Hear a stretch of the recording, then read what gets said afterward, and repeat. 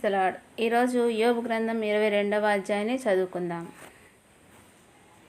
అప్పుడు తేమాను వాడైన ఎలీఫజు ఈ విధంగా జవాబిచ్చాడు. మనిషి వల్ల దేవునికి ఏమైనా ప్రయోజనం ఉంటుందా? తెలివిగల మనిషికే దానివల్ల ప్రయోజనం ఉంటుంది. నీవు న్యాయంగా ప్రవర్తించేవాడివైతే అది అమిత శక్తిమంతుడికి విలువైందా? నీ విధానాలు నిర్దోషం కావటం వల్ల ఆయనకేమైనా లాభం కలుగుతుందా? ఆయన పట్ల భయభక్తులున్నాయని ఆయన నిన్ను ఖండిస్తాడా? నిన్ను తీర్పులోకి తెస్తాడా? నీ చెడుగు గొప్పది కాదా? నీ అక్రమాలు అపారమైనవి కావా? ఏమీ ఇవ్వకుండానే నీ సాటి మానవుల దగ్గర నీవు తాకట్టు తీసుకున్నావు. బట్టలు అసలే లేని వాళ్ళ దగ్గర నుంచి బట్టలు లాక్కున్నావు. అలసిపోయిన వాళ్లకు నీళ్ళిచ్చావు కావు.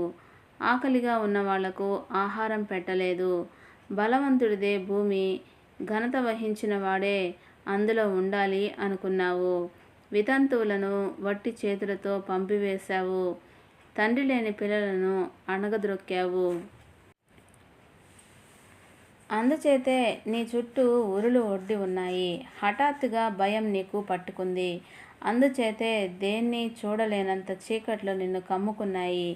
నిన్ను ముంచివేసే వరదలు నీ మీదుగా పొర్లిపారాయి. దేవుడు ఆకాశమంత ఎత్తున ఉన్నాడు కదా. నక్షత్రాలు ఎంత ఎత్తున ఉన్నాయో చూడు. అవి ఎంత పైన ఉన్నాయి. అయినా దేవునికేం తెలుసు? కటిక చీకటి గుండా చూచి తీర్పు చెప్పగలడా అనుకుంటున్నావు నీవు. దట్టమైన మేఘాలు ఆయన చుట్టూ ఉన్నాయి. ఆయన చూడడు. ఆకాశం అంచుల్లో ఆయన తిరుగుతున్నాడు. ఇది నీ తలంపు. దుర్మార్గులు నడిచిన పాత మార్గం నీవు అవలంబిస్తావా? వాళ్ళు తమ గడువు తీరకముందే నాశనమైపోయారు. వాళ్ళ పునాదులు వరదల్లో కొట్టుకుపోయాయి. దేవుడు వాళ్ళ నివాసాలు మంచివాటితో నింపినా మా దగ్గర నుంచి వెళ్ళిపో, అమిత శక్తిమంతుడు మమ్మల్ని ఏమీ చేయలేడులే అని వాళ్ళు దేవునితో అంటారు. దుర్మార్గుల ఆలోచనలే నాకు దూరమైపోతాయిగాక. న్యాయవంతులు వాళ్ళ కోసం చూసి ఆనందిస్తారు. అమాయకులు వాళ్ళను చూసి ఎగతాళి చేస్తారు. మన పగవాళ్ళు తప్పనిసరిగా నాశనమైపోయారు.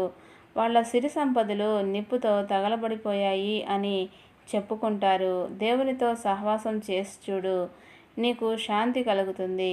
ఆ విధంగా నీకు మేలు కలుగుతుంది. ఆయన నోటి నుంచి వెలువడే ఉపదేశం స్వీకరించు. నీ మనసులో ఆయన వాక్కులు ఉంచుకో. అమిత శక్తిమంతుని వైపు నీవు తిరిగితే నీవు మళ్ళీ అభివృద్ధి పొంది సుస్థిరమవుతావు. నీ నివాసంలో అన్యాయాన్ని దూరంగా తొలగించాలి. నీ బంగారాన్ని మట్టిలో పడెయ్యి. ఓఫీర్ కనకాన్ని ఏటిలో ఉన్న రాళ్ల కింద పారెయ్యి. అప్పుడు అమిత శక్తిమంతుడు తానే నీకు బంగారం అవుతాడు. నీకు అంతులేనంత వెండి అవుతాడు.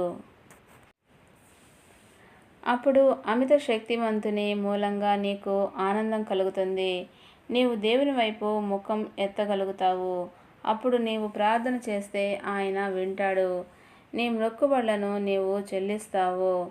నీ నిర్ణయాలు నెరవేరుతాయి. నీ దారి మీద వెలుగు ప్రకాశిస్తుంది. నిన్ను పడద్రోయటం జరిగితే లేస్తాను అంటావు. వినయం గలవారిని దేవుడు రక్షిస్తాడు.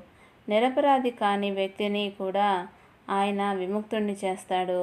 అలాంటి వ్యక్తికి నీ నిర్దోషత్వం కారణంగా విడుదల చేకూరుతుంది. దేవుడి పరిశుద్ధ వాక్యమును దీవించునుగాక. ఆమెన్.